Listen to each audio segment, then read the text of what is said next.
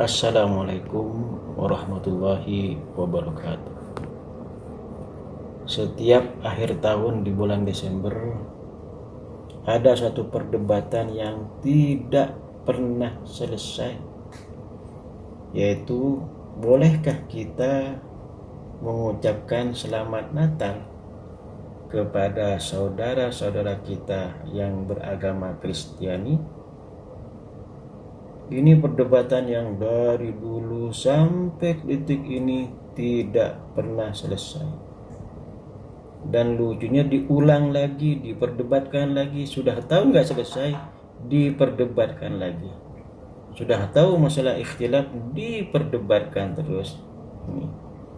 Nah, perlu kita ketahui bahwa dalam masalah ucapan selamat Natal ini, baik dalam Al-Quran maupun hadis, tidak ada dalil yang secara khusus bicara itu, entah yang melarangnya atau yang membolehkannya. Jadi jika dicari, entah itu dalam Al-Quran maupun dalam hadis, tidak ada satupun landasan yang melarang ataupun yang membolehkan.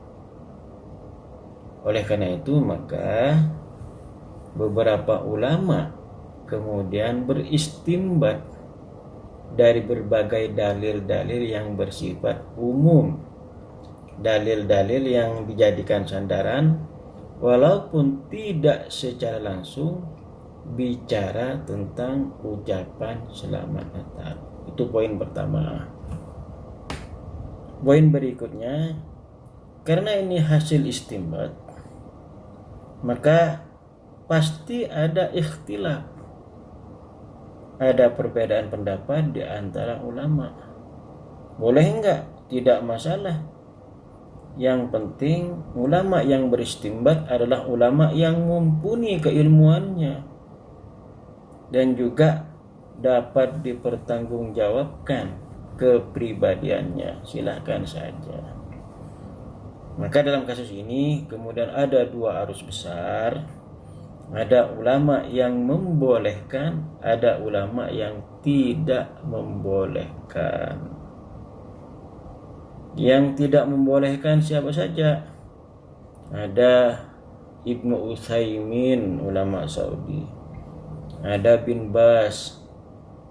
Kalau di Indonesia ada Khalid Basalamah, Firanda, Ustaz Abdul Somad, dan lain-lain. Yang membolehkan ada enggak? Ada, dan ulama-ulama besar juga, internasional juga.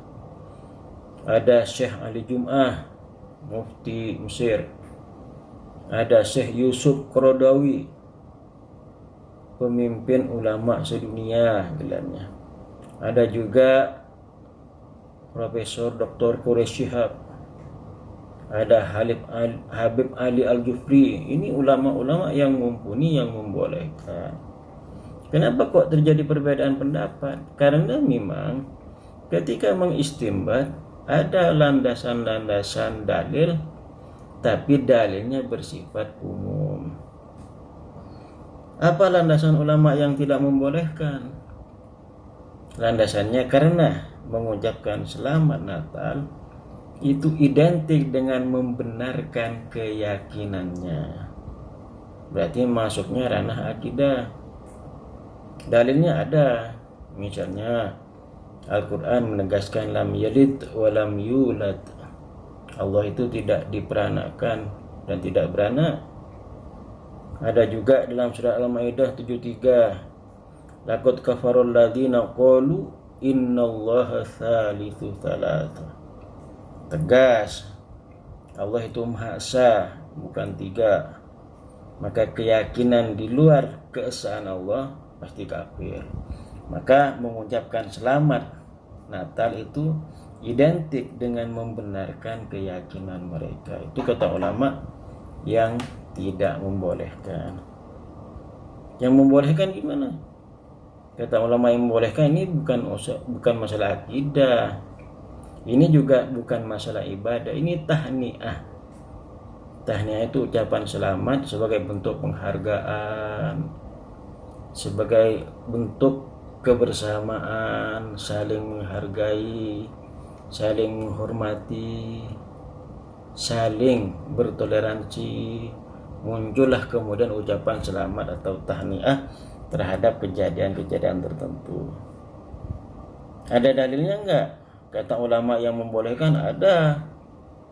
Allah juga menjelaskan ya, bahwa la yanhaakumullah anil ladzina lam yuqatilukum fid din wa lam yukhrijukum min diyarikum an tabarruhum wa tuqsitu ilaihim. Ini ada dalam surat Al-Mumtahanah ayat 8. Allah menegaskan tidak masalah, tidak dilarang kalian berbuat baik apapun itu bentuknya. Ini termasuk tanya tadi.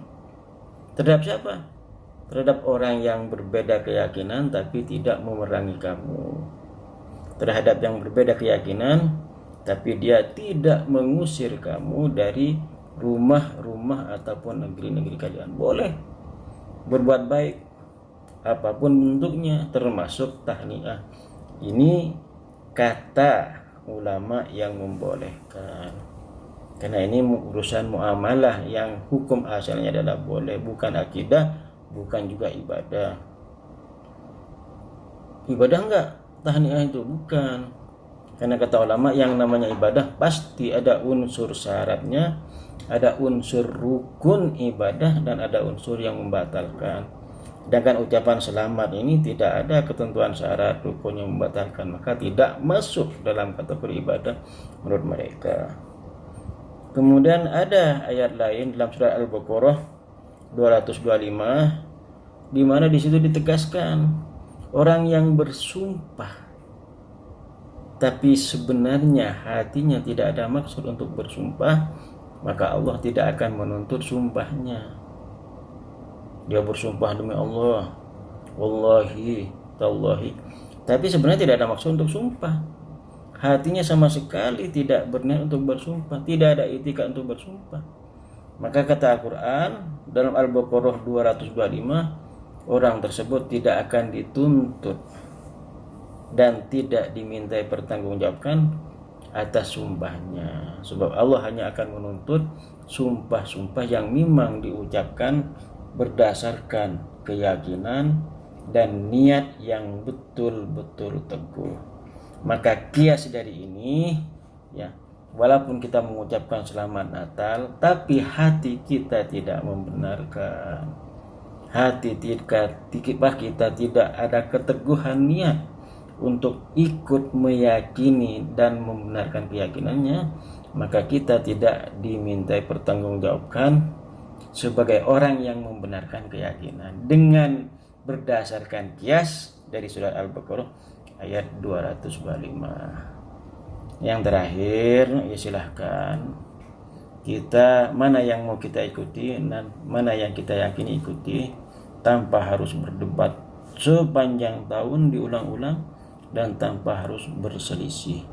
Karena yang beristimbat ini adalah ulama-ulama yang mumpuni dan ulama-ulama yang keilmuannya dan kepribadiannya bisa dipertanggungjawabkan, bukan ulama-ulama kaleng-kaleng. Kira-kira seperti ini. Terima kasih. Assalamualaikum warahmatullahi wabarakatuh.